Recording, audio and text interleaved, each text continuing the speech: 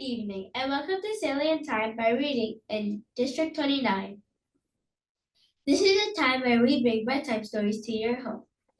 We hope you loved our authentic jingle created by PS95 production team, Jason Jean and Deborah Jean, performing arts instructor.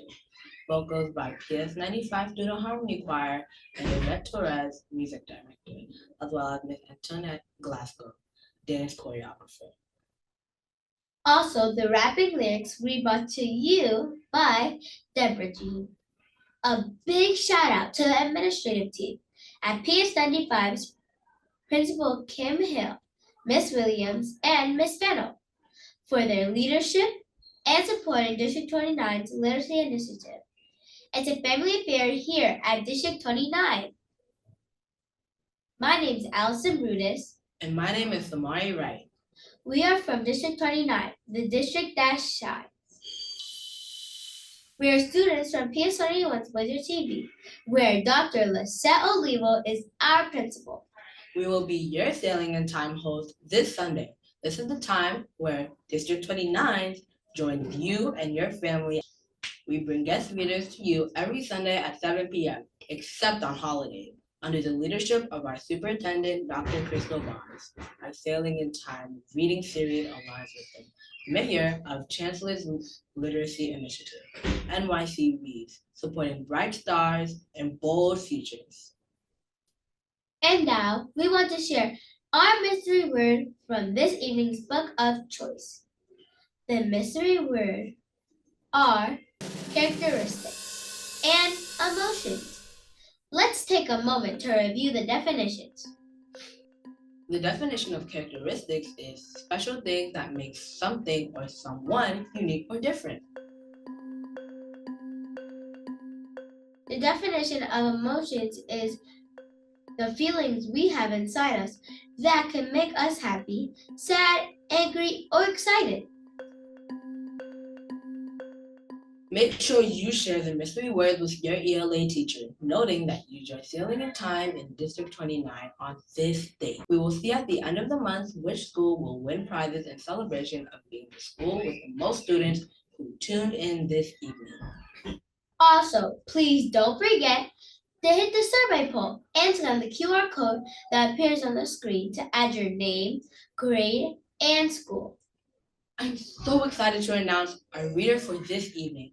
Tonight, our guest reader is Mr. Kevin Blaize. Kevin Blaize is a fictional author and has written a book series titled Dogs of the Wild.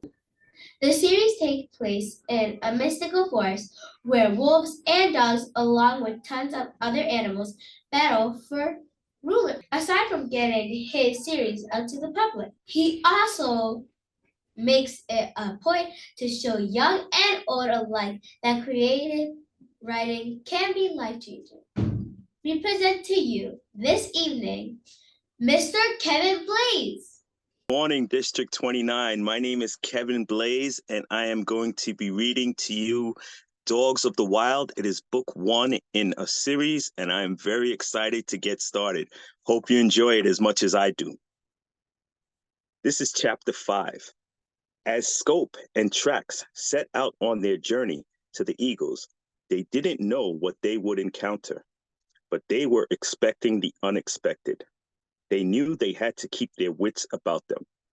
These two were the right ones for the job, but they had to go unnoticed and be quick.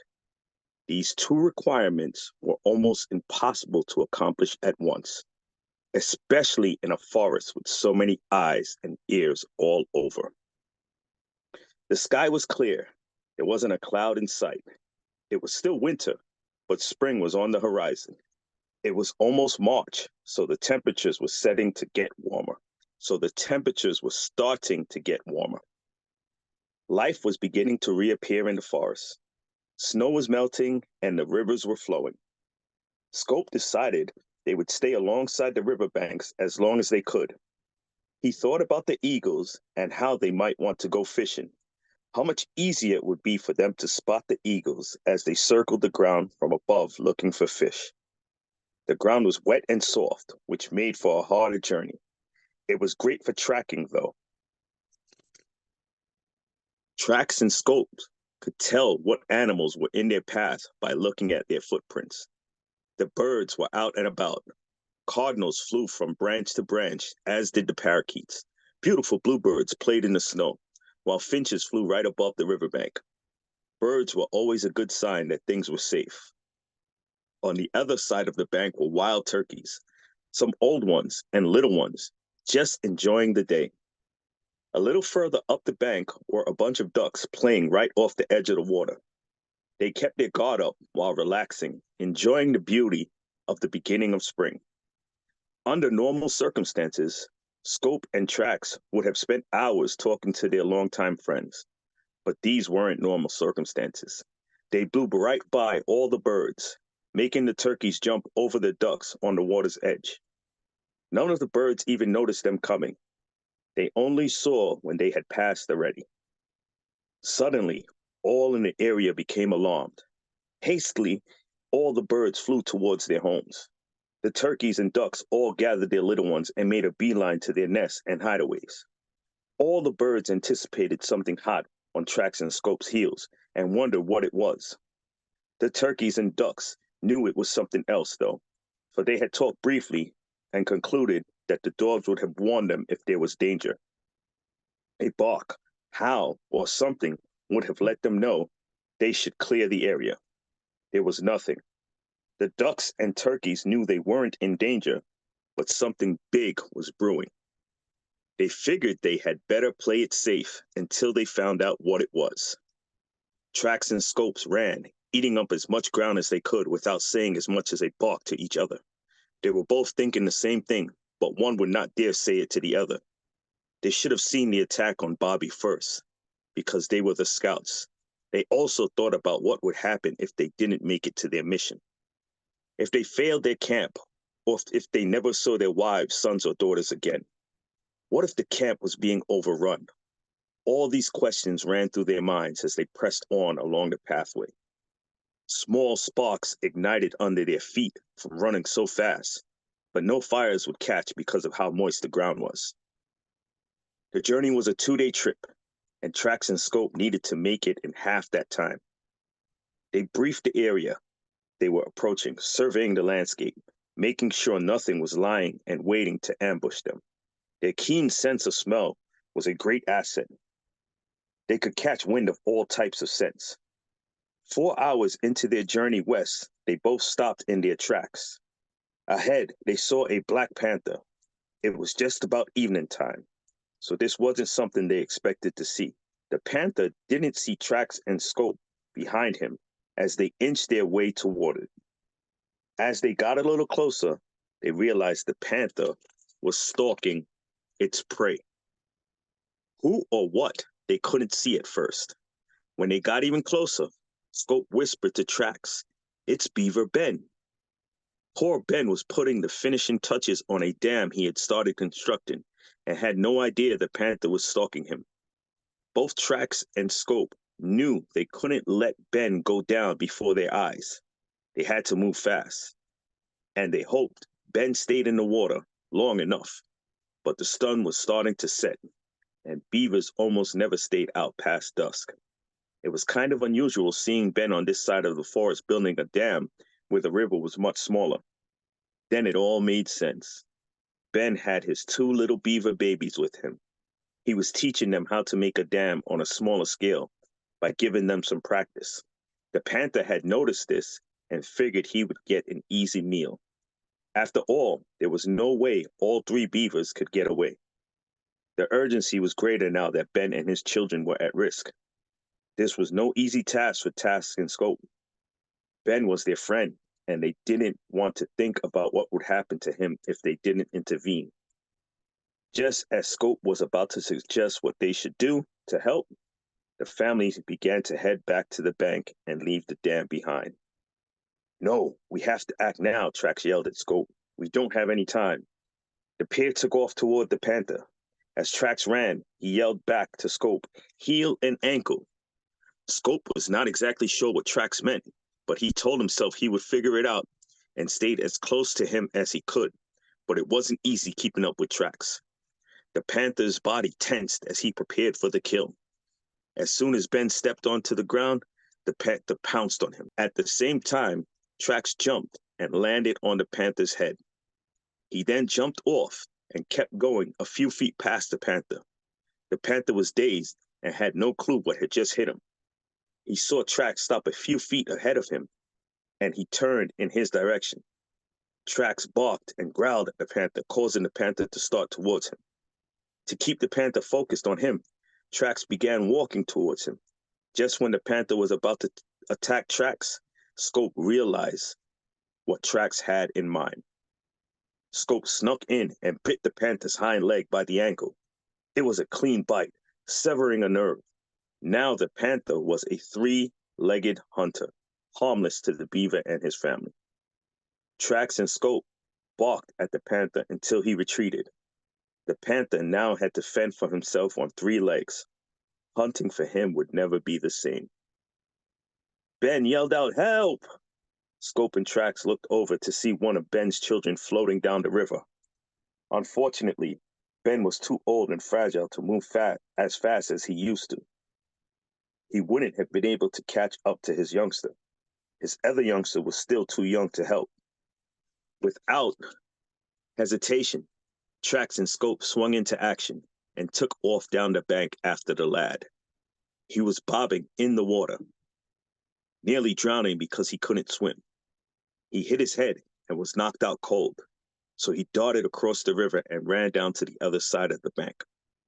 The lad was far ahead of them because he had a head start, so both dogs ran at full speed. They barked, and Ben yelled as he tried to get the lad to wake up. All the attention grabbed Spark's attention. Spark was an eagle who loved to fly far and high and take in the beauty of the forest.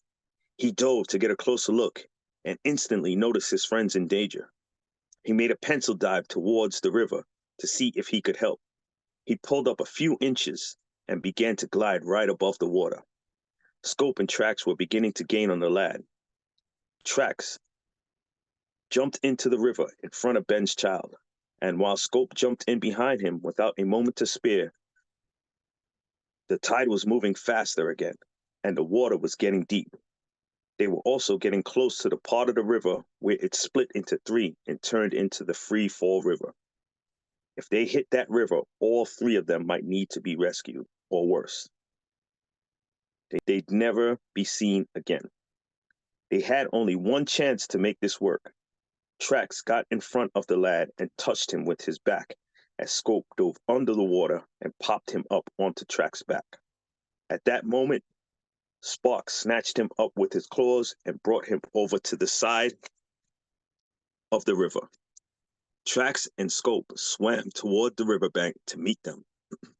The young beaver was now breathing and awake, but he was horribly shaken. A minute later, Ben came running up to the lad. "Is he alive? Is he alive?" he yelled. When he saw him moving, he said, "Thank you, thank you, thank you," as if he would never say any other words again. If he had died, his mother would have killed me. He let out a big whew and said, "What was that panther thinking? Where is he? He wants to mess with the beavers? I'll put him under the dam. Let me have him. Let me have him," Ben yelled furiously. "There he is, right there," Spark said jokingly. Before they could turn around, Ben was atop the tallest tree close by. When they realized where Ben was, they all fell to the ground with laughter. Spark flew to the top of the tree and said, "You know, Ben, panthers can climb trees also. They're actually one of the best tree climbers in the forest." Ben immediately jumped off the tree onto Spark's back. Spark could hardly stay up in the air. Trax and Scope were still on the ground laughing until their stomachs hurt. "Very funny, guys. Very funny," Ben said. "You guys are so lucky the panther ran off." As Spark landed, he was a sight to behold. His wingspan was 5 feet wide, and he was 4 feet long. His feathers were dark brown, and his beak was a dark yellow. His head was grayish white. He was almost an exact image of his father, except that he was not as big nor finely polished. When Spark finally reached the ground, he was greeted warmly by Trax and Scope. They were good friends who had not seen each other in a while. "Greetings, my friend. It's been a long time," Spark said. "It's good to see you guys." It's always an adventure when we get together, right? Likewise, said Trax. What is it that troubles the two of you today? Spark asked. He could sense something was wrong. And that is the conclusion of my reading for today. District 29, I thank you guys very much for having me. Thank you, Mr. Kevin Blaize, for reading to our D29 scholars. What made you want to start writing stories? And what do you like best about it? That's an excellent question. I read a lot when I was younger, even into adulthood. I love to read. And I was reading this particular book, and it was supposed to be a nonfiction book, let's say in today's time, but from about 400 years ago. And something told me that it was a little too detailed. But I had an idea because I had a Rottweiler. I've always loved Rottweilers growing up. I had an idea with my Rottweiler, and I said, you know what? I'm going to put this book down, and I'm going to try my idea. And once I started writing, I couldn't stop. When you write about characters, do you ever make them like people you know? Can you tell us about one?